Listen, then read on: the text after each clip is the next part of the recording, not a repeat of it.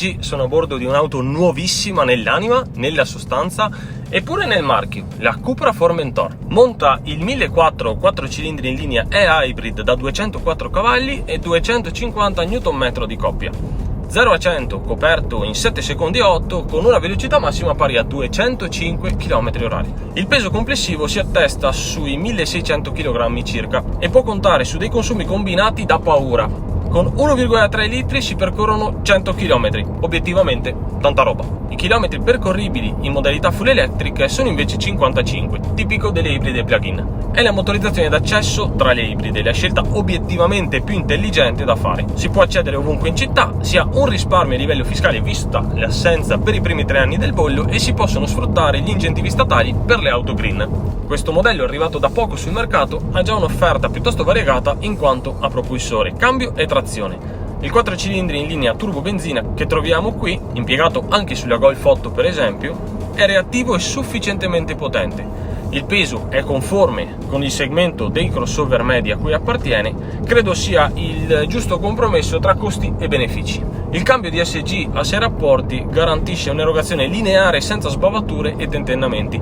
L'ho già apprezzato su svariate vetture del gruppo VAG e se non si va a forzarlo troppo con elaborazioni importanti non dà mai segni di cedimento.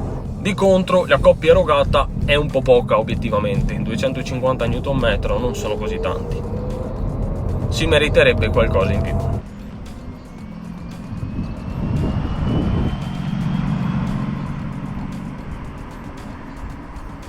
Per quanto riguarda la trazione, sulle Formentor ibride è anteriore, mentre su altre motorizzazioni si può scegliere l'integrale 4Drive. La batteria presente, da 12,8 kW, è posizionata praticamente nel bagagliaio, appena davanti al retrotreno, mantenendo comunque un bilanciamento dei pesi equilibrato con un baricentro piuttosto basso. Si ricarica tramite lo sportellino situato sulla parte frontale a sinistra del corpo vettura ed offre di serie, e questa attenzione non è una cosa che capita spesso per le ibride o le elettriche, un cavo di tipo Mod 2 con presa asciugo che consente di caricarla in circa 5 ore anche comodamente a casa. Nel 2018 Seat decise di creare una filiale produttrice di automobili sportive ad alte prestazioni per differenziarle dai modelli più soft della casa madre. Nacque appunto Cupra, la denominazione che dapprima distingueva i modelli top di gamma di Seat divenne un capitolo a sé stante, permettendole di creare delle vetture indipendenti e molto più azzardate sia in quanto al design che alle performance. Adesso passiamo dalla guida, dalla e-mode, dalla guida elettrica alla guida ibrida.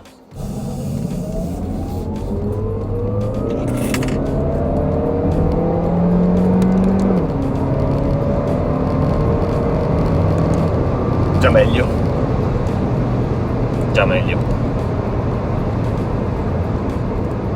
Appena si passa dalla guida totalmente elettrica, il 4 cilindri prende vita e il sound è sufficientemente aggressivo. Dentro comunque è molto insonorizzata, non si percepisce un rombo particolarmente esagerato, però comunque è carina anche in questo.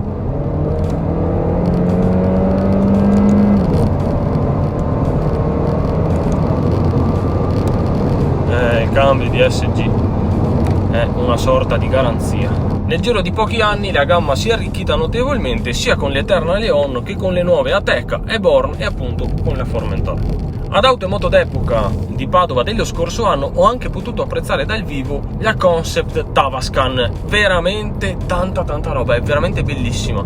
Essendo diventato appunto quasi un marchio a sé, Cupra ha guadagnato un logo tutto suo e delle combinazioni cromatiche immediatamente riconoscibili, che vanno dal bronzo al verde camouflage fino al bellissimo petrol blu opaco di quella che sto guidando, un optional non da poco. Una curiosità, il nome richiama Cap de Formentor, il promontorio selvaggio mozzafiato dell'isola di Maiorca nelle Baleari. Offre un panorama incredibile dal suo bellissimo faro dove sono anche stato.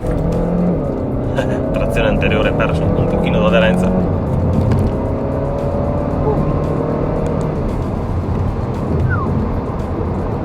La guida è un po' rialzata, però non dà quel senso, quel feedback di distacco quasi dalla strada, è molto comunicativa, ha anche l'indicatore della forza gravitazionale.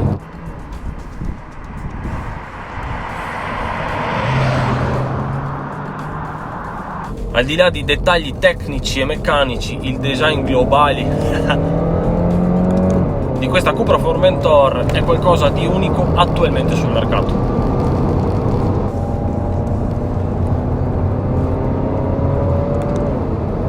Posso dire senza grossi giri di parole, qui nessuno ha copiato assolutamente da nessuno.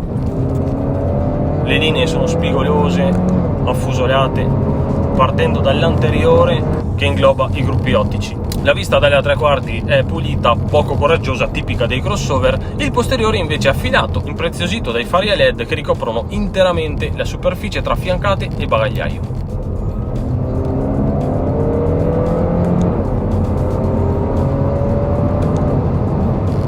L'allestimento di base offre uno schermo da 10 pollici per la gestione globale dell'infotainment e il digital cockpit da 10,25 pollici. Presenti anche i paraurti sportivi, i vetri oscurati, 7 airbag, i cerchi in lega da 18 pollici, su questa monte 19 optional, i sedili sportivi, gli assistenti alla guida e i fari full LED con l'illuminazione coast to coast. Il disegno bellissimo e distintivo si discosta parecchio da quanto offerto dal resto del mercato. Ottima decisione per apparire originali e mai banali. La lista è comunque molto lunga, mi ha positivamente impressionato dal momento che su auto di questa fascia e di questo prezzo talvolta non c'è un'attenzione simile ai dettagli. È stata davvero pensata per soddisfare tutti. Non mancano comunque gli optional come la retrocamera, la top view camera, il tetto panoramico elettrico a scorrimento, sedili sportivi avvolgenti e svariati disegni per i cerchi in lega, come vi dicevo, sia da 18 che da 19 pollici. Il listino comprende le seguenti opzioni e relativi prezzi. Si parte dai 31.250 euro della 1500 TSI 150 cavalli fino alle versioni più spinte come la 1400 e-Hybrid e il 2000 TSI da 245 cavalli. C'è anche il 2000 TSI da 310 cavalli che si attestano rispettivamente sui 45, 42 e 46.250 euro. È da poco disponibile anche una sola motorizzazione diesel, il 2000 TDI 150 cavalli, restando sempre sui 33 o 37.000 euro in base al cambio scelto. Non è un'auto economica, si possono trovare ovviamente dei crossover o dei SUV compatti a prezzi decisamente inferiori, ma bisogna paragonare attentamente ciò che si può comprare. Ho avuto modo di provare svariati modelli più o meno di questo segmento con prezzi di listino anche doppi rispetto a questa Formentor. Sul serio vale quanto costa ed è una consuetudine per quanto riguarda Seat ed ora anche Cupra. Si paga il giusto e si porta a casa un'auto qualitativamente ottima sotto ogni punto di vista. Credo che il successo in termini di vendita per quanto riguarda le precedenti generazioni di Leon e Ibiza parli da solo. Puntare sull'originalità e sul distinguersi paga sempre. Seat l'ha fatto creando la divisione Cupra e ne raccoglierà i giusti frutti. Questa sorta di sdoppiamento di identità è una strada già percorsa negli anni da altri marchi, spesso con impennate di prezzo assurde, immotivate e, passatemi il termine, oscene.